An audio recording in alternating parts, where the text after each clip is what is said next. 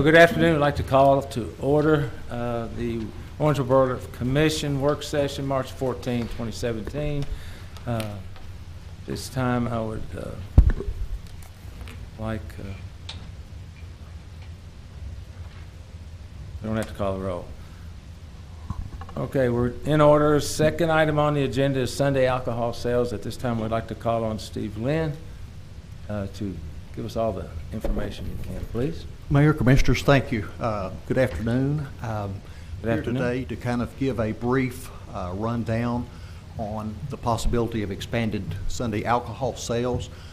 Recently, we've had some public comments about the possibility of expanding sales and questions from various city commissioners in that regard. I want to emphasize in looking at this that any expanded sales that we approved, if we do approve it, would have very little effect on city revenues. And I would emphasize that this is purely a political decision. You all ultimately give us guidance as to what direction that you want to go, and we seek that direction. Currently, Kentucky alcoholic beverage laws automatically prohibit Sunday sales of any kind of alcohol. However, the Kentucky ABC cabinet basically permits sales through local ordinances, and that means that if we decide that we want to have just sales in restaurants, or we want to have packaged sales of beer, if we want to open up bars, that's essentially, it is up to the city to make that determination. Steve, could you move the mic a little closer sorry. to you? Thank you. I apologize. Currently, Owensboro has alcohol by the drink in restaurants and private clubs. And when I say that normally these restaurants and private clubs, they must have at least 50% of their income from the sale of food. That means you can go down to Old Charlie's or to any other type restaurant like that, and you can buy any type of alcohol, beer, wine, liquor in Owensboro on a Sunday. Expanded sales, if approved, or if we get that direction from you, could permit bars to open and sales by package in liquor stores and in grocery stores in Owensboro. In order to change this, Section 3-8 of the Owensboro Municipal Code would have to be amended to expand the hours and the types of sales. Currently, cities in Kentucky with expanded sales include Louisville, Lexington, Bowling Green, Beaver Dam, Henderson, and Paducah. I want to note that Louisville Metro, Lexington, and Bowling Green are three cities that permit all types of sales on Sunday. You can go in a liquor store, you can go into a bar, you can go into a restaurant and purchase, whether it be beer, liquor, or wine. All of those are for sale or being sold in those three cities. Beaver Dam, if I'm not mistaken, they permit the package sale of beer on Sunday. Henderson and Paducah have basically the same type of alcohol sales on Sundays as we have. They do not permit liquor stores to be open or bars. It's basically restaurants and private clubs and things along those lines. We've made several inquiries to other cities in regard to whether there would be increased problems with DUIs or alcohol-related crimes. The Owensboro Police Department has learned from other cities that there really has not been a major problem with those issues when sales have been expanded on Sundays. I have Dana Coombs, who is our local ABC administrator here, and I have Chief Art Elam behind me here, and we'd be glad to answer any questions that you might have on expanded sales. Okay, Commissioner Wright?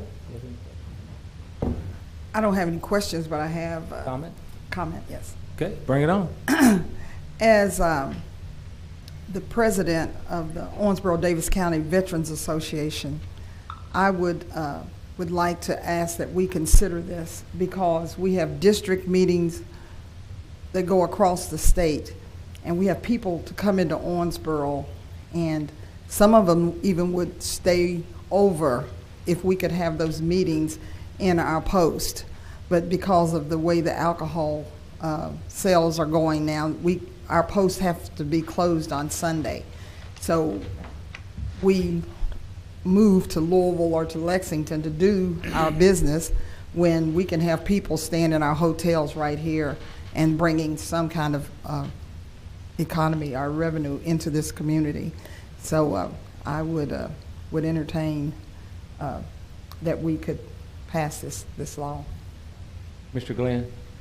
I've got a question. Can we go back to Beaver Dam for a second? Because they Certainly. haven't had this sort of more liberal approach toward alcohol. It hasn't just happened. I mean, a few years ago, right? Like 3 or 4? I'm not certain of that. I might have to turn to Yeah, maybe that's a question. last year. Yeah, I knew it was fairly recent. And Hartford, did Hartford do something, or they're going to do something?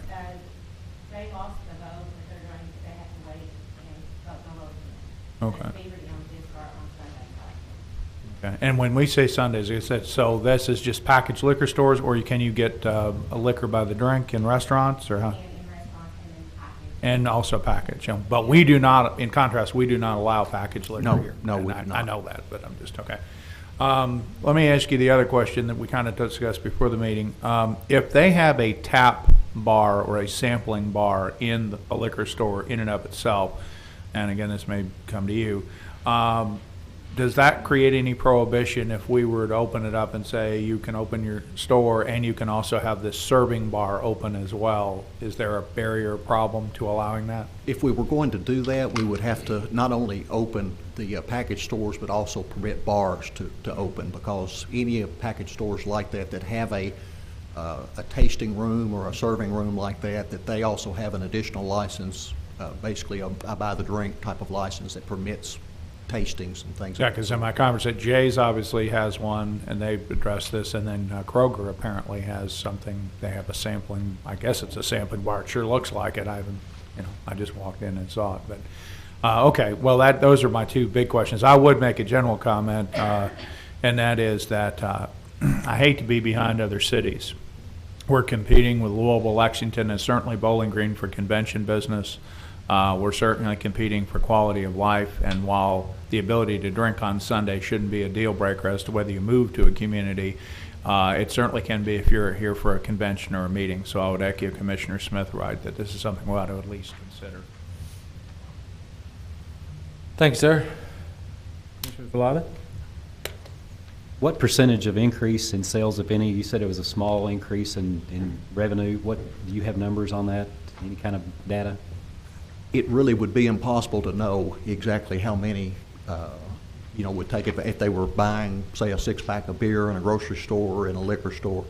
I really don't have a way of being able to know that for the city of Owensboro. I mean, we could talk to some of the other cities and see if they have any statistics on that or any idea how much of increased sales they have on Sundays. It seems as though it may be a good piece to have, just so we can make an educated decision based on the fact that it does seem like there's some interest in it. And of course, we're behind Beaver Dam. I mean, come on, guys, nothing against Beaver Dam, but really, Certainly. that's all I've got. Thank you, Mayor. Commissioner Condor? Thank you, Mayor. You're welcome. The one of the concerns I have, I am supportive of a Sunday alcohol sales, but there is a concern that I believe needs to be addressed, and that has to do with the city of Owensboro passing whatever that they wished, or could pass whatever they wish to do for Sunday alcohol sales. How does that relate to the rest of the county? For example, if you have the growth that you see on 54, and an individual or a business is already established within the city limits, they then are able to adjust their business model for the Sunday, selling whatever they need to do. Then right across the street, potentially, you have a business that can't do it because the county doesn't have the same laws what the city has. So number one, you have enforcement issues. Then you have businesses going back and forth whether or not it's a great thing for you, but it's not fair to me. That whole thing going on. So vetting this issue with the county, I think, also needs to be done. Okay. Because logically, you would think that all of this needs to be done in our entire county itself. So if we move forward with that, I highly suggest and hope that we can do that with the county. That's all I have, Mayor. Thank you. And, Larry, I told you I'd already talked to the judge about that specifically. It's not in my view, it's not much different than the smoking ban.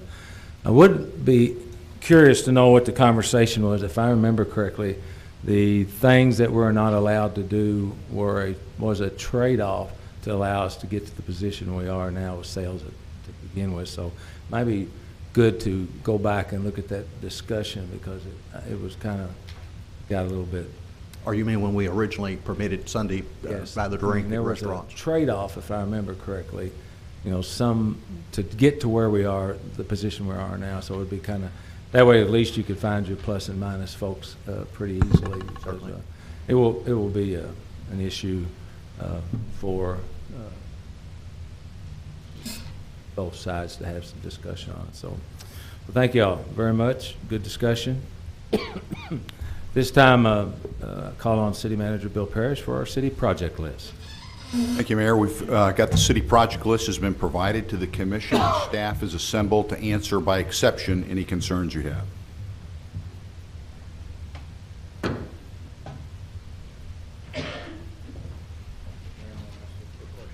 Raise your hand so I can see there, Commissioner. There you There go. you go. Good. Is It's that just working? like school. Not working for you? Let's start with the top item, and whoever feels comfortable answering, feel free to do so, gentlemen and lady. Blue Bridge lighting, where are we at with that? So we're talking about what we can do. Do we have any more information from the state? No, thank you, Commissioner. The letter has been sent to the state transportation cabinet, along with a copy to the governor's office by the mayor to request permission for them to process our application for permit to relight that bridge. We've not received correspondence back. That's not alarming to me at this point in time. There's a lot of vetting of that issue that would need to be done before they responded, because we did send it to finance, we sent it to the governor's office, sent it to transportation cabinet. On the other hand, we continue with the Blue Bridge lighting as a TIF project, and we are open to looking at that as soon as we hear back from the state and get direction on funding from the commission. Thank you. Thank you. Thank you, sir. So that's what pending permitting of the transportation cabinet means in the project list. Anybody have any other items on the project list you'd like to have discussed? Maybe an update on the Greenbelt? Mayor, that we have received one grant that we're able to use. We have put in a request from a community grant from the hospital, a letter of intent to apply. The actual grant has not been written. We're using GRAD to help write that grant. We're requesting the full amount to complete the project, but we're also submitting it in phases. So if they decline to give us the full amount, that they might give us phases of the amount so we could advance the project. Has anyone contacted the state government about it? I'm sure you have over the years. I'd like to give that as a project to one of our elected officials from our. We have not contacted state government as an option for that. The work we did with state government initially was to keep the bypass in place so we could use that as the road bed for the Greenbelt. But Mayor, I think that'd be a great idea to pass. Because I know the last time we got that grant came from state government, the $760,000 for the, I think it was out Carter Road going towards the airport or something. So we may entertain, see which one of these guys want to, it can't be a Pause 50 project, can it? Well, I would add to Sure. that, Mayor, that there was a pretty extensive amounts of discussion with the Economic Development Cabinet as we put together the TIF out at 54. And this, they did allow to be included, and we wrapped around the area, the geographical area of the development to include this. And so we had those discussions with them, and their contribution, and again, I agree with Bill that any other contact would be fantastic, but their contribution was to include that Greenbelt as part of the TIF, reimbursable from the state sales tax. Okay, thank you, sir. Anybody else have anything? Is there anything with Gabe's Tower that could be updated that we know of recently, please?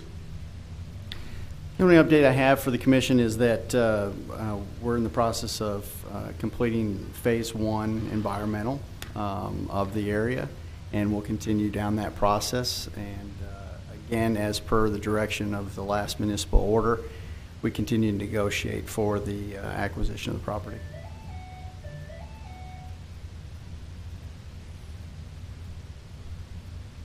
Time's up, Larry. Chief, is that No, a call? say no. A call for you?